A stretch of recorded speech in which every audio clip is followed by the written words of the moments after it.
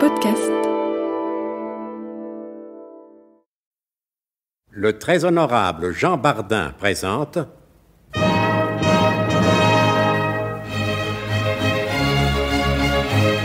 Bon baiser de partout. Une émission secrète de...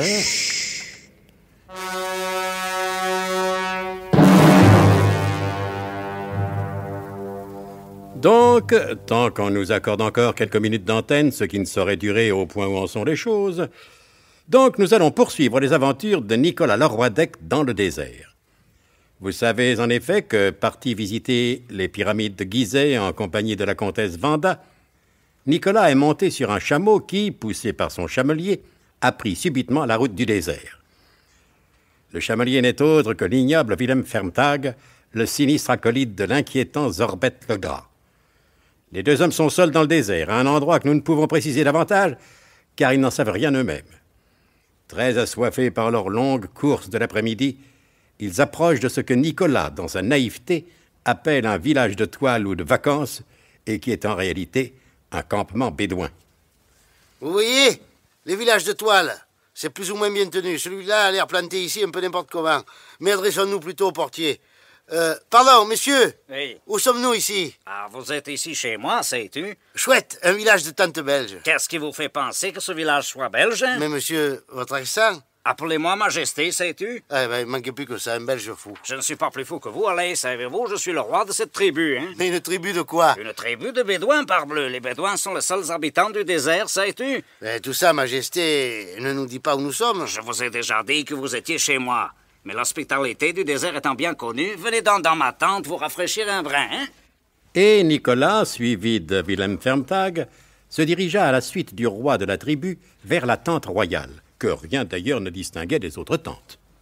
Ah, Majesté, une bonne bière belge, ça va nous faire du bien. Vous avez apporté de la bière, ça est gentil, savez-vous? Non, Majesté, je crois qu'il y a une confusion. Je voulais dire que je m'apprêtais à faire honneur à la bonne bière belge que vous alliez nous offrir. Ah, depuis quand avez-vous vu un roi bédouin offrir de la bière belge à ses hôtes? Ça sera de la bière française, hein? Moi, Majesté, du moment que c'est de la bière... Vous ne faites pas la différence. Ça aurait été vraiment dommage de vous offrir de la gueuse. Messieurs, à votre santé. À votre santé, Majesté. Prosit. D'où venez-vous comme ça? On vient des pyramides de Gizeh. Ah, ça fait une trotte, hein? Voilà, ça fait même une galope, comme on dit à l'Institut français d'opinion publique. Vous reposerez ici pour la nuit, hein? Demain, vous passerez en jugement. Un jugement? Mais pourquoi? Pour avoir franchi illégalement les limites de mon territoire. Ah, mais ça, c'est pas de notre faute, Majesté. Ce sont les chameaux qui nous ont joué un tour de cochon. Me permettez-vous une question, Majesté? Où avez-vous appris à parler le français? Le français? Ah, c'est dit belle abbesse, hein? Quoi? Vous n'auriez pas connu par hasard un sous-lieutenant nommé de Guerlas? Hubert de Guerlas. Ah, je m'en charge de cavalerie, hein? C'est évident de sagesse. Auparavant japonais, sur ces entrefaites nationales. Mais oui, c'est lui. Et il y en a qu'un comme ça. Comment l'avez-vous connu, Sidi Bel Abbès? J'étais sous ses ordres, c'était mon chef de section. Ah, Majesté, je comprends pas. Je vais vous expliquer. Je suis né en Belgique, savez-vous? Ah, figurez-vous que je m'en doutais un peu. Allez, vous plaisantez, si je ne vous l'avais pas dit. Ouais. Non, mais passons, hein. Je suis donc né en Belgique et après de multiples aventures, que je n'ai pas à vous raconter ici, je me suis engagé à la Légion étrangère. Et c'est là que j'ai connu le lieutenant de Guerlas.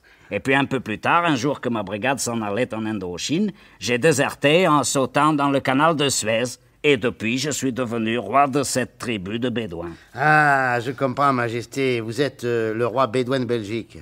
Quel dommage que le colonel ne soit pas là. Oh, ça lui ferait plaisir. Bon, allez, reprenez à boire, hein? Ah oui. On ne sait pas ce que vous réserve le jugement de demain. Ah, so, qu'est-ce qu'on risque, hein?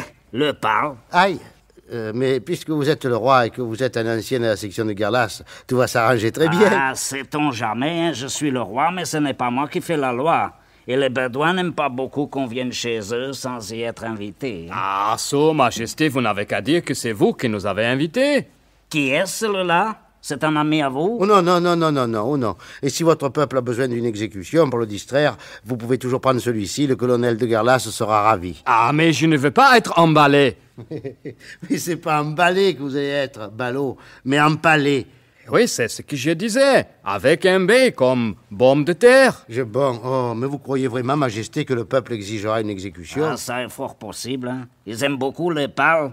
Et dans l'année, nous avons plusieurs grands pâles de charité. Le pâle des petits lits blancs, par exemple, a toujours beaucoup de succès. Hein. Eh oui.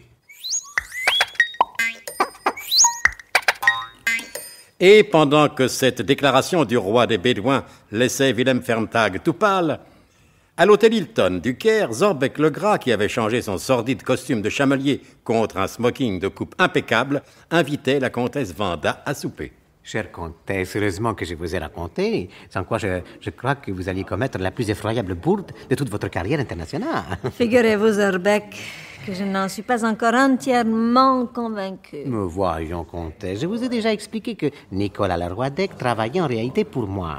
Alors, entre nous, ne l'ont pas joué un jeu stupide de la concurrence. Oui, je sais. Vous avez prétendu que c'est vous-même qui aviez fait ces microfilms du Big Loto. Mais oui, c'est moi. Vous alliez acheter comme vrai des plans qui sont faux, je vous dis, archi faux. Peut-être, mais jusqu'à présent, je n'ai pas d'autres preuves de ce que vous avancez que votre parole. Et alors? Et alors, comtesse, ma parole, c'est tout de même quelque chose. Oui, comme vous dites, Zorbeck, c'est quelque chose d'assez différent de ce qu'on appelle d'habitude une parole d'honneur. Ah, comtesse, n'abusez pas de votre qualité de femme pour proférer à mon égard des insultes auxquelles je ne puis répondre. Allons, Zorbeck. Vous savez bien qu'en parlant ainsi, je ne vous insulte pas. Et qu'au contraire, je flatte votre vanité. Ne prétendez-vous pas être le plus double des agents doubles? Eh bien, comtesse, me voici doublement satisfait de ces explications. En effet, vous avez raison. Vous connaissez votre métier. Ma parole ne suffit pas pour vous faire croire que Nicolas Leroy-Deck travaille pour moi. Mon Dieu, où est-il en ce moment, le cher garçon? Allons. Comtesse, vous ne m'avez pas cru quand j'ai fait allusion à ma parole d'honneur. Ne m'obligez pas à vous croire quand vous me parlez de votre amour pour ce garçon. Il est sincère pourtant, je vous l'assure. Comtesse, s'il vous plaît, que les journalistes racontent de votre vie mondaine ce que bon leur semble passe encore. Mais nous sommes tout de même quelques-uns à savoir que la belle Wanda a le cœur aussi sec que le coup de feu de l'officier qui commande un peloton d'exécution. Mais cela s'appelle le coup de grâce, Zorbeck. Oh, certes, de la grâce, vous n'en manquez point.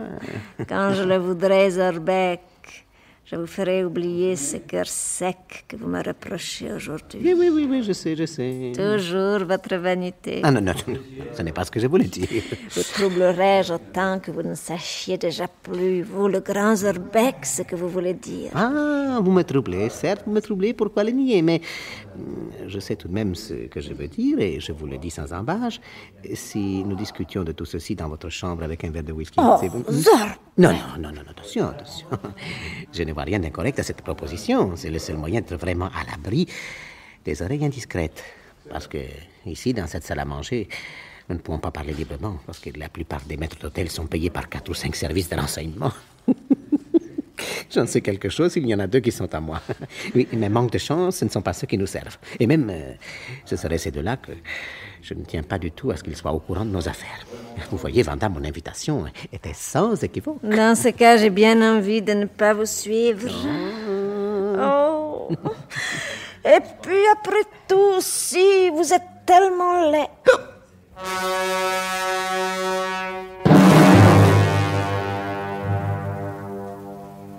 La proposition de Zorbeck le Gras est-elle vraiment sans équivoque? Ne comptez pas trop sur les auteurs pour vous conter par le menu les turpitudes de ces 2 êtres habitués aux eaux troubles de l'espionnage. Mais que cela ne vous empêche pas, ne serait-ce que pour avoir des nouvelles du bon et loyal Leroy-Deck, de vous mettre à l'écoute des prochains épisodes de notre grand feuilleton de transhumance et d'espionnage, Bon baiser de partout. C'était Bon baiser de partout. Une émission secrète de... Pierre Dac et Louis Rognoni. Avec Anne Capril, Roger Carrel, Claude Dasset, Paul Prébois, Laurence Riesner, Alain Roland. Décryptage et mise en code, Jean-Wilfried Garrett.